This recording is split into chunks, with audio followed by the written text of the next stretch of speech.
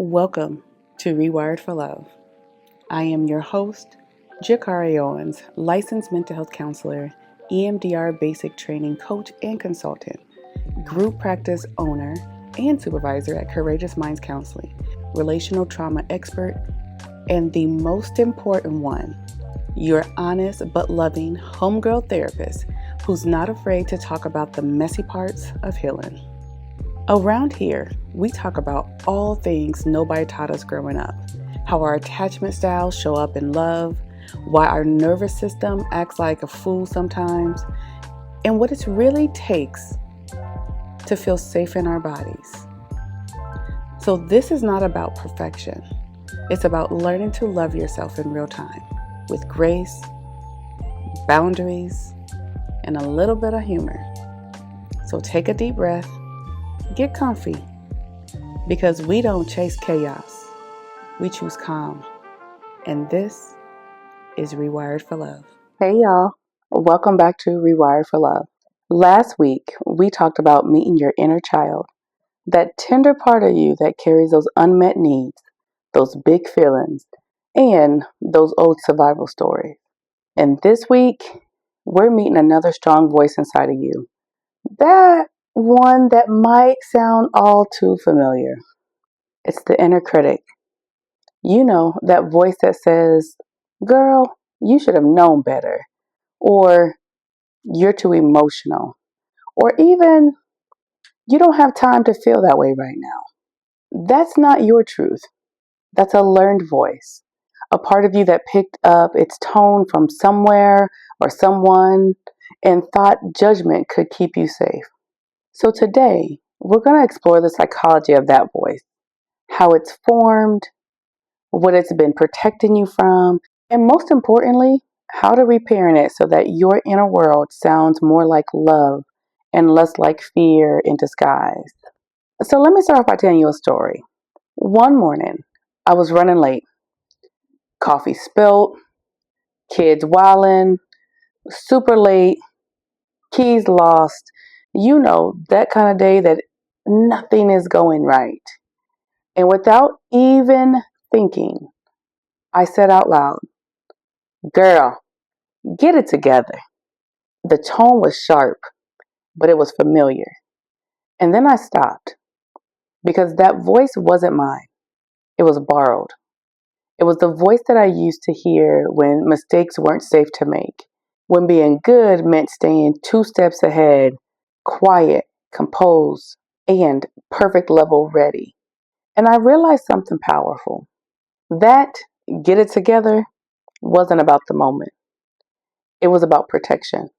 My inner critic has learned that if I could correct myself fast enough, I might avoid criticism from someone else.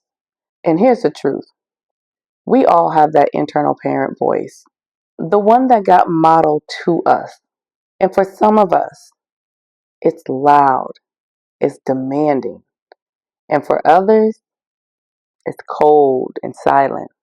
But in every case, that inner critic started as a protector. It believed that being hard on you would keep you out of trouble. It will keep you from being rejected. Or it will keep you from feeling shame by any means necessary. So instead of asking, why am I so mean to myself? We get to ask today, who taught me that harshness was the safest way to love me? And I want you to pause there. And I want you to let that land and see just what that feels like to hear those words. Who taught you that harshness was the way to show love? So before we do anything with this inner critic, we have to understand the inner critic. So let's unpack the inner critic and what it really is from both a psychological and a body-based lens. So by definition, your inner critic is a survival strategy. It's a part of your nervous system that tried to control your emotions, your behavior, and visibility. But not because it hates you, but because it's trying to protect you from pain. For many of us, this voice grew out of systems that were never emotionally safe. That's critical or dismissive parenting, where approval only came after achievement, or Homes where emotional expression were labeled weakness. And sometimes culturally, many Black and brown families used criticism as an armor. And it sounds like this: don't act like that. You can't cry in public. You better not give them a reason to talk about you. That really wasn't cruelty. That was survival under systems that watched us more harshly, judged us more critically, and caused us to be more strict. So perfection became the only way to feel safe in those communities. Your critic might say things like, you should have known better.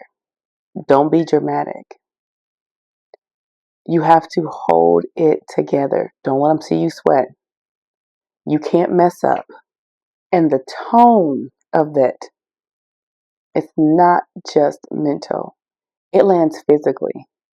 When the voice shows up, your oblongata, the brain's threat detector, fires up. Your body reacts as if you're in danger, even though the threat is internal. And then shame is the body state. That's what it feels with the sensation. That tight chest, the heat in your face, that shallow breath, that's your nervous system bracing for rejection.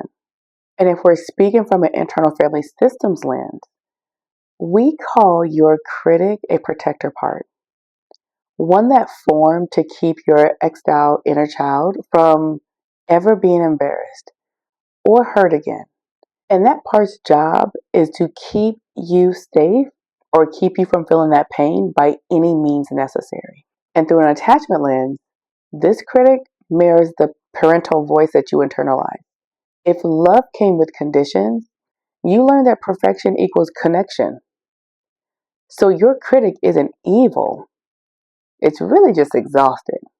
It's really just been trying to keep you worthy all of these years. So you may be asking, so what do I do with this critic? How do I heal this inner critic? Let's talk about that. Let's talk about healing. Reparenting the inner critic isn't about silencing it. It's about understanding its story, then offering a new way to keep you safe. So let's break it down. The first step is naming the voice. Start by noticing when the critic shows up. And when you notice it, say it out loud if you can. My inner critic is speaking again right now. That simple acknowledgement helps you to step back into leadership. You're naming that part without merging with it. That is powerful. Once you name it, get curious, not combative. Don't argue with the critic. It's not really your enemy, it's your protector. And ask it gently. What are you afraid will happen if I slow down? If I rest? If I make a mistake? If you sit with that, you'll be amazed at how often the critic says things like, I don't want you to be rejected. Or, I'm afraid someone will judge you. And that's not cruelty. That's fear wearing control as armor. So once you name the voice, and once you lean in with curiosity, start to lean in with compassion. Soften the tone. When your critic says, you're lazy, try rephrasing it through compassion. And it may sound like this: you're tired. You've been pushing hard. We don't heal shame by adding more shame. We heal it by introducing warmth in cold spaces. So once you lean in with compassion, then introduce a nurturing inner parent. This is the reparenting move. When the critic starts bossing your inner child, let your wise adult self step in and try saying something like, I hear that you're scared, but I'm safe now. I love you even when you mess up. That's what consistent love sounds like. And once you enter that nurturing part, now it's time to regulate the body. Because remember, healing isn't just cognitive. Your inner critic lives in your nervous system. So when the voice gets loud, put that gentle hand on your chest or over your heart.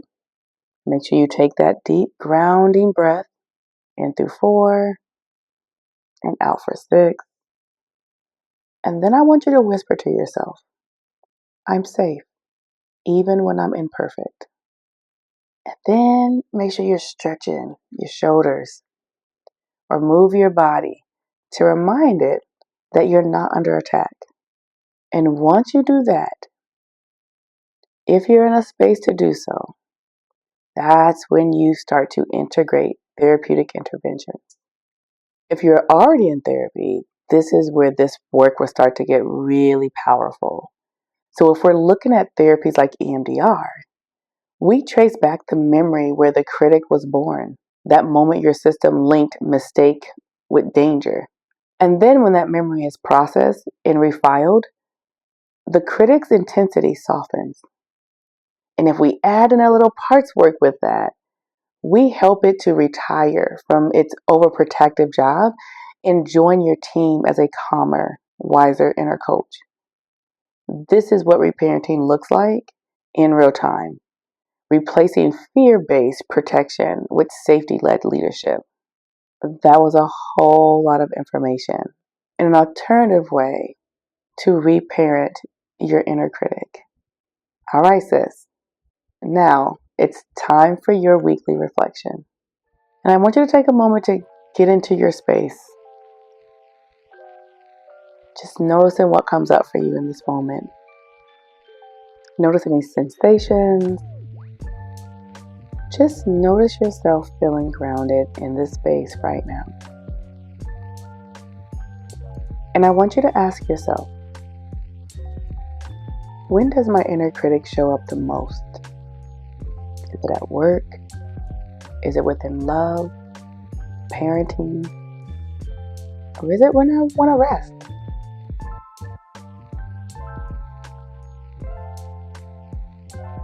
What is it trying to protect me from? And how can I respond from my healed adult self instead of my scared inner child? And as you are reflecting on that, I want you to write down and hold on to this mantra. I don't have to earn rest, love, or grace. I can be gentle and still be strong. And then let me go ahead and give you some affirmations to anchor you within this week. My inner voice is becoming kinder every day. I am safe to grow at my own pace. Let those words settle into your body. The same place the critic used to live. But remember, you're not silencing her. You're teaching her new tone, one rooted in compassion and not control. All right, y'all. Thank you for listening to Rewired for Love. If this episode helped you to quiet the inner critic, or even understand her a little bit better, share it with someone else who needs a reminder that softness is not weakness. It's actually your nervous system regulation. So next week, we'll keep peeling back this inner child series with one called Reclaiming Joy, Letting Play Become a Form of Healing. Because joy isn't childish. It's your nervous system in recovery. If you are finding yourself loving the affirmations that we are putting within these episodes, I want to make sure that you get your copy of 25 relational trauma affirmations. There are, the Rewired for Love affirmations. Make sure you get your free copies. They will be linked in the show notes for your enjoyment. Also, be on the lookout for other cool things that may be coming out that may help you to parent your inner child, understand attachment theory, and just to feel a little bit more connected to you. Be on the lookout for those. And until next time, remember that voice in your head doesn't define you. The new, loving one that you're building does. Thank you for joining me for another episode of Rewired for Love. If today's conversation resonated with you, share with someone you care about, or take a moment to leave a review. Your feedback helps this community to grow and keeps these healing conversations flowing. You can also follow me and come hang out with me on all socials, YouTube, TikTok, Instagram, all of them at Rewired for Love Podcast. Go there to get your daily doses of healing, honesty, and a whole lot of love. Until next time, keep listening to your body, lead with compassion, and remember, you are safe enough to love and be loved.